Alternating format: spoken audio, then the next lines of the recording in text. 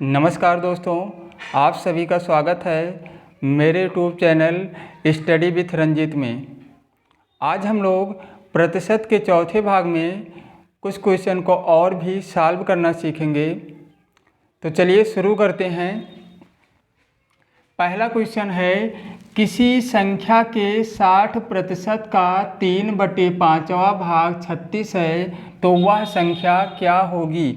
पहले क्वेश्चन में क्या कहा गया है, किसी संख्या के 60% का 3/5वां भाग 36 है तो वह संख्या क्या होगी। मतलब अगर हम मान लेते हैं कि संख्या को मान लिया गया x, हम संख्या को क्या मान लिए, संख्या को मान लिए x। संख्या ही तो हमें निकालना है कि वह संख्या क्या होगी, संख्या ही पूछा गया है तो हम संख्या को क्या करेंगे, संख्या को अगर हम मान लेंगे x। अब देखो, अब क्वेश्चन में क्या कहा गया है, संख्या के, तो यहाँ इसको हम लिख सकते हैं संख्या के का मतलब x का 60%। उसके बाद फिर कहा गया है 60% का 3/5वां भाग, मतलब का हम लिख सकते हैं 60% का 3/5वां भाग किसके बराबर है, 36 के बराबर है। मतलब 3/5वां भाग कितना है, 36। तो इसको हम लिख सकते हैं बराबर में 36। क्या लिख सकते हैं, 36। अब देखो यहाँ पे, अगर यहाँ पे हम x यहाँ लिख सकते हैं, x यहाँ गुणे क्या कर सकते हैं 60, x का 60% ही तो लिखा है, तो यहाँ क्या लिख सकते हैं x गुणे 60/100 और उसके बाद का 3/5, मतलब फिर गुणा कर सकते हैं 3/5 और बराबर क्या है 36। अब देखो यहाँ पे, अगर हम 60 और 3 का गुणा करा लेते हैं तो कितना हो जाएगा, x गुणे 180 और नीचे कितना आ जाएगा 100 और 5 का जब गुणा कराएंगे तब कितना आ जाएगा 500 और बराबर में क्या है 36। अगर हम 36 को बटे 1 कर लें और उसके बाद क्रॉस मल्टीप्लाई करा लें तब ये कितना आ जाएगा, x गुणे 180 और 500 का गुणा किस में कर दिया गया 36 में, तो 36 गुणे क्या हो जाएगा 500। अब इसको हम क्या करेंगे, x बराबर क्या लिख सकते हैं 36 गुणे 500 बटे 180, मतलब जब इसको इधर लेकर आएंगे तो ये बटे में हो जाएगा, भाग हो जाएगा 180 से। 36 गुणे 500 में क्या करेंगे, भाग करा लेंगे 180 से। अब देखो, 1 0 से 1 0 कैंसिल हो जाएगा और 18 एकम 18 और 18 दूना क्या हो गया 36 हो गया। अब यहाँ पे करना क्या है, हमें केवल और केवल 2 और 50 का गुणा करा देना है और यहाँ से संख्या प्राप्त हो जाएगी। मतलब 50 और 2 का जब गुणा कराएंगे तो कितना हो जाएगा, x बराबर 100 आ जाएगा। मतलब जो x का मान आया है कितना आया है 100, तो यही हमारी संख्या होगी और वही पूछा गया था कि संख्या क्या होगी। तो संख्या को हम x मान लिए थे और x का मान कितना आ गया है 100, मतलब हमारी संख्या कितनी थी 100 के 60% का 3/5वां भाग 36 होगा। चलिए क्वेश्चन नंबर अब 2 को देखते हैं। दूसरे क्वेश्चन में क्या कहा गया है, किसी संख्या का 16% जब 21 से जोड़ा जाए, क्या कहा गया है, किसी संख्या का 16% जब 21 से जोड़ा जाए, उसके बाद कहा गया स्वयं संख्या प्राप्त होती है तो संख्या क्या होगी।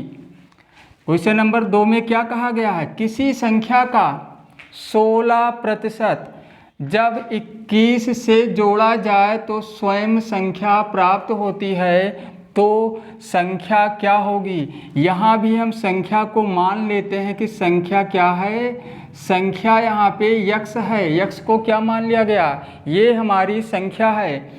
अब देखो कहा क्या गया, संख्या का मतलब x का 16%, क्या कहा गया है संख्या का 16%। तो हमें क्या लिखना है, हम संख्या को क्या माने हैं, संख्या को हम माने हैं x। तो हम क्या लिखेंगे, x का 16% जब 21 से जोड़ा जाए, मतलब इसमें 21 जोड़ेंगे भी, क्या करेंगे 21 से जोड़ा जाए तब क्या होगा, उसके बाद कहा गया स्वयं संख्या प्राप्त होती है। स्वयं संख्या, तो स्वयं मतलब संख्या को हम x ही तो मानेंगे, तो क्या लिखेंगे, बराबर में क्या लिखेंगे, x लिखेंगे, क्योंकि संख्या को माना गया था x। और क्वेश्चन में क्या कहा गया है, किसी संख्या का मतलब x का 16%, फिर कहा गया था जब 21 से जोड़ा जाए, मतलब जब 21 जोड़ा गया, फिर कहा गया है स्वयं संख्या प्राप्त होती है। तो संख्या बराबर में क्या लिखना है, बराबर में लिखना है x, क्योंकि संख्या को हम मान लिए हैं x। अब यहीं से इसको हल करेंगे और x का मान ज्ञात करेंगे और वही हमारा आंसर होगा। तो x का 16% मतलब x गुणे क्या हो जाएगा 16/100 और प्लस क्या है 21 और बराबर में क्या लिखा गया है x।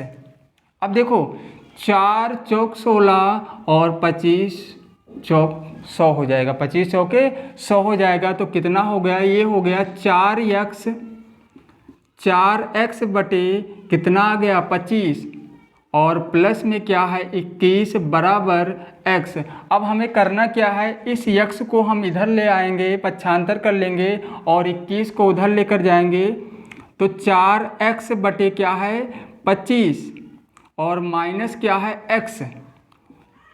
x को जब इधर लेकर आएंगे तो ये माइनस x हो जाएगा और 21 को जब उधर लेकर जाएंगे तो माइनस 21। अब देखिए यहाँ पे क्या हो रहा है, यहाँ पे अगर इसको हम बटे 1 कर लें और इसको हल कर लें, इसको अगर बटे 1 कर लें और उसके बाद इसको हल कर लें तो क्या हो जाएगा, यहाँ पे एलसीएम लेना पड़ेगा, 25 आएगा और यहाँ पे 4x और ये हो जाएगा माइनस 25x बराबर माइनस 21। अब देखो अगर 4x में से 25x को माइनस करेंगे तो कितना हो जाएगा, माइनस 21x बटे कितना 25, माइनस 21x बटे 25 और बराबर में है माइनस 21। तो हम इसको यहाँ से कैंसिल भी कर सकते हैं, माइनस 21 और माइनस 21 कैंसिल हो गया तो बचा क्या, यहाँ पे 1 बचा, मतलब x बटे कितना 25 और बराबर में क्या बचा, बराबर में 1 बचा है, मतलब x का मान जो आएगा, x का जो मान आएगा कितना हो जाएगा 25। ये 25 कैसे आया, यहाँ पे क्रॉस मल्टीप्लाई हो गया है, इसको बटे 1 करके क्रॉस मल्टीप्लाई जब कराएंगे तो x बराबर 25 ही आएगा। मतलब यहाँ पे संख्या हमें ज्ञात हो गई कि वह संख्या क्या होगी, तो वह संख्या 25 होगी, क्योंकि संख्या को हम x माने थे और x का मान कितना आया है 25 आया है। चलिए तीसरे क्वेश्चन को अब देखते हैं। कहा गया है किसी संख्या को 25% कम करने पर 225 प्राप्त होता है, उसमें कितने प्रतिशत की बढ़ोतरी की जाए ताकि 375 प्राप्त हो। क्या कहा गया, किसी संख्या को 25% कम करने पर 225 प्राप्त होता है, उसके बाद कहा गया कि उसमें कितने प्रतिशत की बढ़ोतरी कर दी जाए कि 375 प्राप्त हो जाए। मतलब सबसे पहले तो हमें क्या करना पड़ेगा, हमें संख्या ज्ञात करनी पड़ेगी और संख्या को ज्ञात करने के लिए हम क्या करेंगे, संख्या को मान लेते हैं, यहाँ भी मान लेते हैं, संख्या जो है हमारी क्या है x। संख्या को क्या मान लिया गया है, संख्या को मान लिया गया है x। अब चलिए देखते हैं क्वेश्चन में क्या कहा गया है, संख्या को 25% कम करने पर, मतलब ये हमारी संख्या है और संख्या को 25% कम करने पर मतलब संख्या का, तो यहाँ पे लिख सकते हैं ये संख्या हो गई और माइनस करना है संख्या का 25% कम किया गया तब कितना प्राप्त हुआ 225। कितना प्राप्त हुआ 225। अब देखो x माइनस x का 25% का मतलब हो जाएगा 25x बटे, इसको सीधा ही लिख दिया गया 25x बटे 100। यहाँ पे लिखना था x गुणे 25 बटे 100, लेकिन इसको डायरेक्ट ही लिख दिया गया है 25x बटे 100 और बराबर में क्या रखा गया है 225। अब देखो 25 से कम 25 और 25 चौका 100, यहाँ पे x माइनस एक्स बटे कितना आ गया 4 और बराबर में क्या हो गया 225। कितना हो गया 225। अब देखो इसको बटे 1 कर लेंगे और जब इसको हल करेंगे तो यहाँ पे आ जाएगा 4x और माइनस एक्स बटे 4 बराबर में क्या है 225। अब यहाँ बचेगा 3x, कितना बचेगा 3x बटे 4 और बराबर में 225 रख देना है। 3 से इसको हम कैंसिल भी कर सकते हैं, क्रॉस मल्टीप्लाई नहीं कराएंगे, अभी कैंसिल कर लेंगे तो यहाँ आ जाएगा कितना 75 आ जाएगा।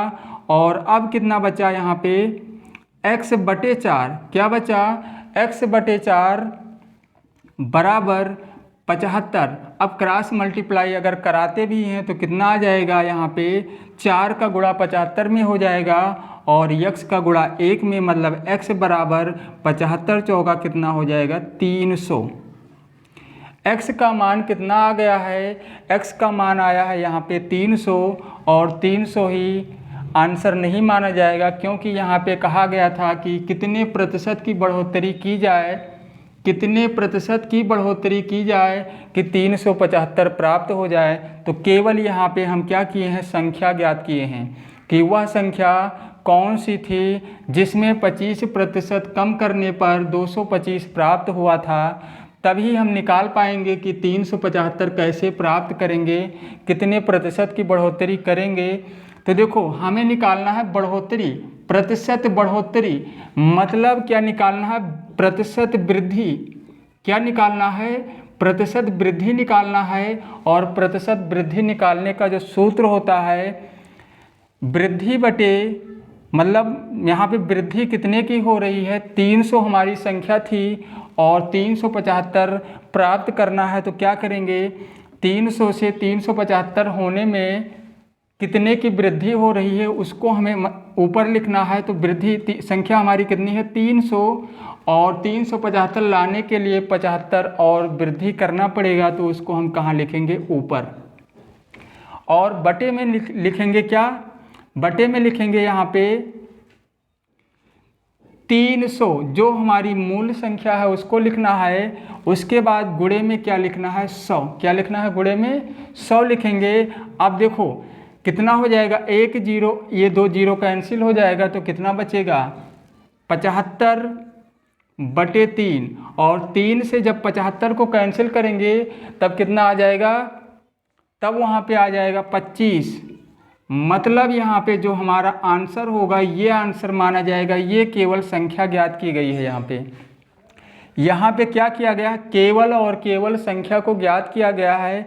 उसके बाद हम क्या किए हैं प्रतिशत वृद्धि निकाले हैं। यही तो पूछा गया था कि कितने प्रतिशत की बढ़ोतरी की जाए कि संख्या जो है 300 से 375 हो जाए, क्योंकि संख्या को हम ज्ञात कर लेते तो संख्या में अगर जो 300 आया है 300 में अगर 25% की वृद्धि कर देते हैं तो क्या होगा 375 हो जाएगा।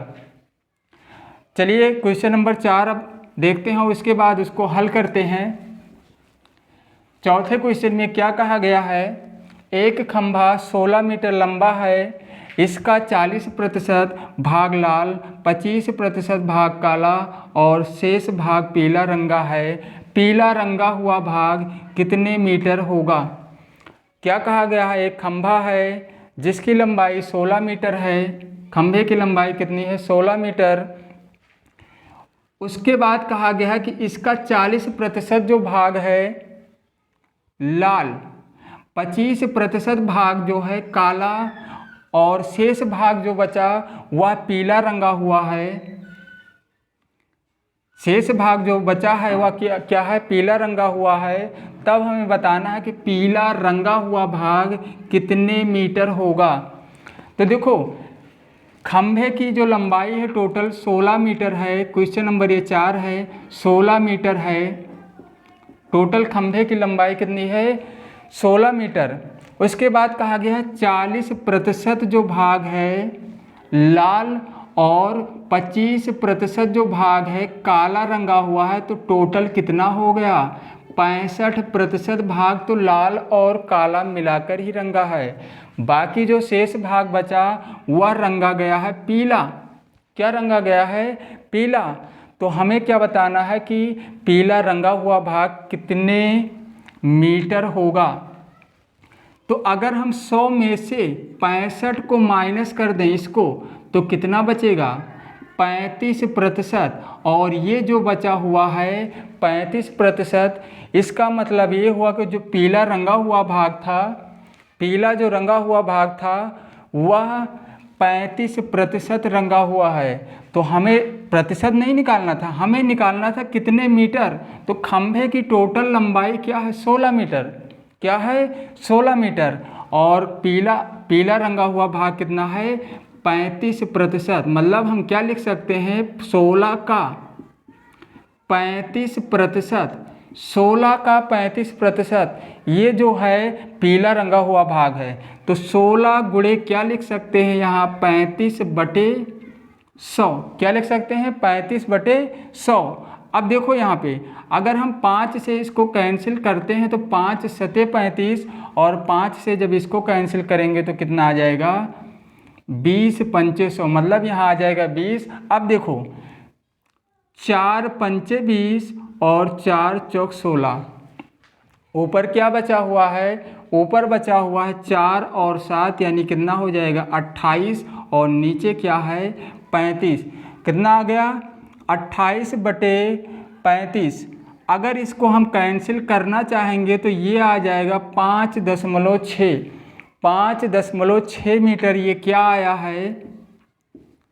ये जो आया है पीला रंगा हुआ भाग कितने मीटर होगा, यही पूछा गया था। मतलब पीला जो रंगा हुआ भाग है 5.6 मीटर रंगा हुआ है। पीला रंगा हुआ भाग कितना है? 5.6 मीटर। चलिए क्वेश्चन नंबर 5 को अब सॉल्व करते हैं। इसमें कहा गया है किसी कक्षा में छात्रों की संख्या 60 से घटकर 45 रह गई। क्या कहा गया है? किसी कक्षा में छात्रों की संख्या 60 से घटकर 45 रह गई, छात्रों की संख्या में प्रतिशत कमी क्या होगी। मतलब किसी कक्षा में 60 छात्र थे और उनकी संख्या घट कर कितनी रह गई? 45 रह गई। तो इसका मतलब वहाँ पे कमी हुई है, और वही पूछा गया है छात्रों की संख्या में प्रतिशत कमी। तो देखो यहाँ पे प्रतिशत कमी निकालना है, हमें क्या निकालना है? प्रतिशत कमी। क्या निकालना है? प्रतिशत कमी। क्वेश्चन नंबर कौन सा है ये? क्वेश्चन नंबर 5वां है। तो हमें क्या निकालना है यहाँ पे? प्रतिशत कमी। क्या निकालना है? प्रतिशत कमी। और प्रतिशत कमी कैसे निकालेंगे? सबसे पहले तो हमें ये देखना है कि छात्रों की संख्या कितनी कम हुई है। टोटल छात्र कितने थे? 60, और उसमें से बचे कितने? 45। तो 60 में कितने बचे? 45। 45 ही तो बचे। छात्रों की संख्या कितनी थी? 60। लेकिन अब कितने बचे हुए हैं? 45। इसका मतलब ये हुआ कि 60 थे और 45 बचे हैं। इसका मतलब 60 में से अगर 15 हम माइनस करेंगे तभी तो 45 बचेंगे। कितने छात्र कम हुए हैं यहाँ पे? छात्र जो कम हुए हैं 15। कितने छात्र कितने कम हुए हैं? 15। यहाँ पे 15 छात्र कम हुए हैं। तो हमें क्या करना है? उसको लिखना है, जो कमी हुई है उसको लिखना है ऊपर, और टोटल जो छात्र हैं उसको लिखना है नीचे 60। और करना क्या है? गुणे में रखना है 100। मतलब यहाँ पे छात्रों की जो कमी हुई है उसको हमें ऊपर रखना है और कुल छात्रों को नीचे रखना है, और गुणे में क्या लिखना है? 100। तो यहाँ से हम प्रतिशत कमी निकाल सकते हैं। 1 0 से 1 0 कैंसिल कर देंगे, और यहाँ पे 2 तिहाई 6 और 2 पंचे 10। अब यहाँ बचा हुआ है 3 और ऊपर बचा है 15। तो 3 1 कम 3 और 3 5 15, तो बचा क्या, नीचे तो कुछ बचा नहीं, केवल ऊपर ही बचा हुआ है 5 और 5। तो 5 और 5 का जब हम गुणा करा लेंगे तो कितना आ जाएगा 25। 25 ये आया है प्रतिशत में। तो छात्रों की जो संख्या है वो 25% कम हो गई है, क्योंकि पहले छात्रों की संख्या 60 थी, उसके बाद घटकर कितनी रह गई 45। तो इसका मतलब ये हुआ कि छात्रों की संख्या जो है 25% कम हो गई है। यही इसका आंसर होगा